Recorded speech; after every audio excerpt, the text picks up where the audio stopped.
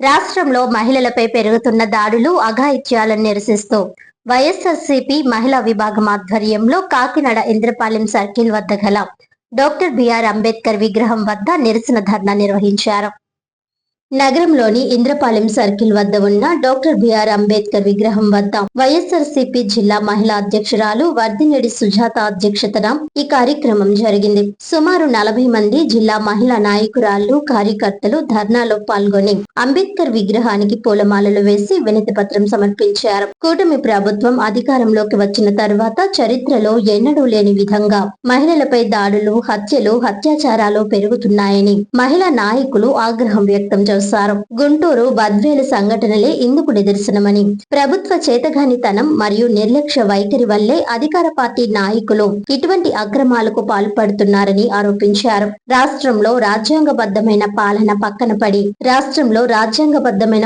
పక్కన పడేసి red book రాజ్యాంగ పాలన సాగుతోందని, పోలీస్ యంత్రాంగం కూడా అధికార పార్టీ ఆదేశాల మేరకు పనిచేస్తోందని విమర్శించారు. ప్రజలందరూ ఈ పరిణామాలను గమనిస్తున్నారని, రాబోయే రోజుల్లో ఈ ప్రభుత్వానికి తగిన గుణపాఠం చెబుతారని హెచ్చరించారు. ఈ కార్యక్రమంలో వైఎస్ఆర్సీపీ మహిళా నాయకురాళ్లు, మాజీ కూడా చైర్మన్ రాగిరెడ్డి చంద్రకళా దీప్తి, జమలమడక నాగమణి, విజయలక్ష్మితో పాటు పెద్ద సంఖ్యలో మహిళా కార్యకర్తలు పాల్గొన్నారు.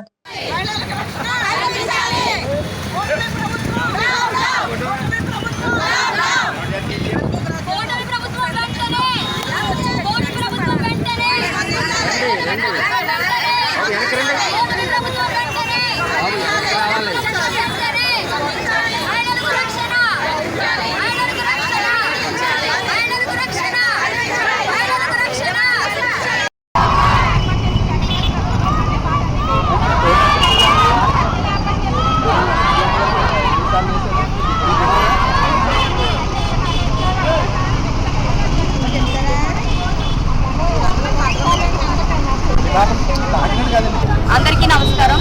ఈరోజు వైఎస్ జగన్మోహన్ రెడ్డి గారు, అదేవిధంగా రాష్ట్ర మహిళా అధ్యక్షురాలు ఆదేశాల మేరకు కాకినాడ జిల్లాలో ఇన్ఛార్జీలు అందరూ కలిపి ఇక్కడ ఆదేశాల మేరకు జిల్లా మహిళలందరూ కూడా ఇక్కడ వచ్చి, అంటే నిన్న జరిగిన మహిళలపై అఘాయిత్యాలు, దాడులు జరుగుతున్నాయి. దానికి నిరసనగా ఈరోజు అంబేద్కర్ గారికి వినపత్రం ఇవ్వడం జరిగింది.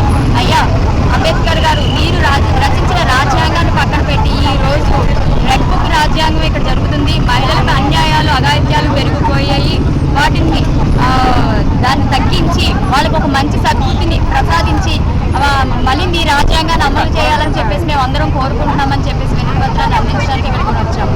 ఈ రోజు చూసుకుంటే మనం నిజంగా జనాల మధ్యలో ఉన్నామా, అరణ్యంలో ఉన్నామా అర్థం కావట్లేదండి. ఎందుకంటే నిన్న జరిగిన గుంటూరులో ఒక విధమైన సంఘటన చాలా బాధ అనిపిస్తుంది. వినడానికే మాకు చాలా బాధగా ఉంది. ఎందుకంటే ఇలాంటి సంఘటనని ఏదైనా సినిమాల్లో చూసేవాళ్ళు, అయ్యో పాపం అని అప్పుడే అనుకునేవాళ్ళు. అలాంటిది రోడ్డు మీద ఒక మహిళని, నిజంగా ఎంత దారుణమైన పరిస్థితి అంటే, ఒక మహిళ తినడానికి తిండి లేకపోయినా, ఉండడానికి కొంచెం ఇల్లు లేకపోయినా గౌరవంగా బతకాలి, గౌరవంగా జీవించాలని కోరుకుంటున్నారు. అలాంటి గౌరవాన్ని తగ్గించే విధంగా, అలాంటి గౌరవం పోయే విధంగా, మానం పోతే ప్రాణం పోయినట్టండి. అలాంటి విధంగా మహిళ భావిస్తుంది. అలాంటిది నిన్న గుంటూరులో అమ్మాయిని చాలా దారుణం, మాకు చెప్పడానికి కూడా వ్యవస్థను చేసి ఆ అమ్మాయిని చాలా బాధ పెట్టడం చాలా బాధగా అనిపిస్తుందండి. ఇలాంటి సంఘటనలు జరగకూడదు. ఎక్కడ వెంటనే కూటమి ప్రభుత్వం దీనికి స్పందించాలని చెప్పేసి మేమందరం కూడా దీన్ని ఖండిస్తున్నాం. ముఖ్యంగా మహిళా హోమ్ మినిస్టర్ గారికి మా దగ్గర నుంచి మహిళలందరి తరఫున ఒక్క వినతి, అమ్మా మీరు మహిళా హోమ్ మినిస్టర్ అని మర్చిపోయారో, మీరు హోమ్ మినిస్టర్ పదవిలో ఉన్నారో మహిళలకు సాయం చేయక్కర్లొద్దులే అని చెప్పేసి అనుకుంటున్నారో మాకు తెలియదు. మీరు కేవలం జగన్మోహన్ రెడ్డి గారిని విమర్శించడానికి మాత్రమే మైక్ పట్టుకుంటున్నారు. జగన్మోహన్ రెడ్డి గారు అలా చేశారు, ఇలా చేశారు కేవలం, అంతేగాని మహిళలకు అన్యాయం జరుగుతుందంటే ఏ రోజు మీరు వచ్చి వెంటనే స్పందించిన పాపాన్ని ఇప్పుడు కూడా పోలేదు. ముఖ్యంగా గుంటూరులో ఒక మహిళగా ఎమ్మెల్యే ఉన్నారు. ఆవిడ కూడా గుంటూరులో మహిళలకు అంత దారుణంగా అన్యాయం జరిగితే వెంటనే స్పందించడం మానేసి సెటిల్మెంట్లు చేస్తున్నారండి. ఇదేంటండి దారుణం? మహిళ అక్కడ మానం కోల్పోయి చాలా బాధతో మాకు న్యాయం చేయండి అని చెప్పేసి అంటే సెటిల్మెంట్లు చేయడం ఏంటండి? అంటే వాళ్ళ పార్టీ వాళ్ళు ఏం చేసినా చెల్లుతుంది. నిజంగా అలాగే అనుకుంటున్నారండి కూటమి ప్రభుత్వం వాళ్ళందరూ. మేము ఏం చేసినా సరే మాకు ఎవ్వరూ ఏమి అనరు, మాదే రాజ్యం, మేము ఏం చేసినా చెల్లుతుంది అని చెప్పేసి అనుకుని ఈరోజు కూటమి ప్రభుత్వ నాయకులు అలా ప్రవర్తించడం తప్పు. కాబట్టి సీఎం గారిని కానీ, డిప్యూటీ సీఎం గారిని కానీ మేము కోరుకునేది ఒకటే, మీరు ఈరోజు గద్దెనెక్కారు అంటే కారణం మహిళలు.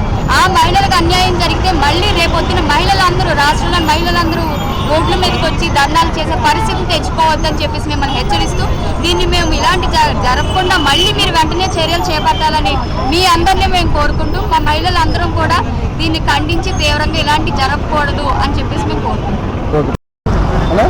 అందరికీ నమస్కారం. మహిళా అధ్యక్షురాలు నా పేరు చూసుకుంటే 2 సంవత్సరాల్లో పరిపాలన ఏమీ చూడలేదండి. పరిపాలన చూడడానికి ప్రజల మీద పరిపాలన చేయాలనే ఉద్దేశం లేదు. నాయకులు కరెక్ట్గా ఉంటే వెనకాల ఉన్న కార్యకర్తలు కూడా అదే విధంగా ఉంటారండి. నాయకులు కరెక్ట్గా లేనప్పుడు కార్యకర్తలు చేసేదాన్ని అది తప్పు అని చెప్పడానికి ఎలా ఉంటుందండి? మహిళలపై దాడులు, అత్యాచారాలు ఈ 2 సంవత్సరాల్లో జరిగే ఇయే తప్ప వాటి మీద చర్యలు కూడా తీసుకోవడం లేదని ప్రభుత్వం. పరిపాలన ఏదైనా చేసి చూపించాలి కానీ ఈ విధంగా మహిళల్ని వేధించి ఇబ్బంది పెట్టి బాధాకరంగా ఇలాంటి సంఘటనలు జరుగుతున్నాయంటే వాటి మీద ఏ చర్యలు తీసుకోకుండా ఉంటే చాలా దారుణమండి. మీరు గెలవడానికి గద్దె ఎక్కడానికి కారణం మహిళలు. అదే మహిళలు మిమ్మల్ని గద్దె దింపడానికి కూడా రెడీగా ఉండాలని సభముఖంగానే చెప్పడం జరిగింది.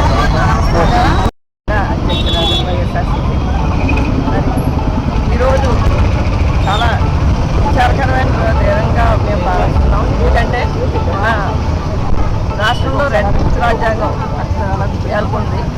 2 సంవత్సరాల నుంచి ప్రతి ఒక్కరు గమనిస్తున్నారు ఎక్కడ ఏ విధంగా మహిళలపై అఘాయిత్యాలు జరుగుతున్నాయి, దారుణాలు, మానభంగాలు, మర్డర్లు. ఇదే రోజు ఉదయం లేస్తుంటే రేపు ఏం జరుగుతుందా అని రాత్రి పడుకునే ముందు అనుకుని ఉదయం పేపర్ చూడడానికి కూడా భయపడే పరిస్థితిలో ప్రతి మహిళ బిక్కుబిక్కుమంటూ బతకవలసిన పరిస్థితిలో ఉంటున్నామండి. మరి గతంలో మా అధ్యక్షుడు, మా ప్రీతమ నాయకులు జగన్మోహన్ రెడ్డి గారు తీసుకొచ్చినటువంటి దిశా చట్టాన్ని నిర్వీర్యం చేసేసారండి. ఈరోజు మహిళల భద్రత కోసం ఒక్క నాయకుడు కూడా పాటుపడట్లేదు. ఈవెన్ మహిళా ఎమ్మెల్యేలు కూడా ఉన్నటువంటి ప్రాంతంలో కావలి, మరి గుంటూరు ఇలాంటి చోట్ల జరిగినటువంటి అకృత్యాలు నిన్న కాక మొన్న జరిగినటువంటి గుంటూరులో జరిగిన మరి అమానవీయమైనటువంటి సంఘటన, మహిళని పట్టపగలే భద్రత లేకుండా ఒక చిన్న ఇష్యూ మీద అతను చేసినటువంటి తెలుగుదేశం నాయకుడు చేసినటువంటి ఆ అమ్మాయిని మరి బట్టలు ఓడదీసి పట్టపగలో అందరూ చూస్తుండగా చేసినటువంటి పరిస్థితి మనం అందరం చూస్తాం.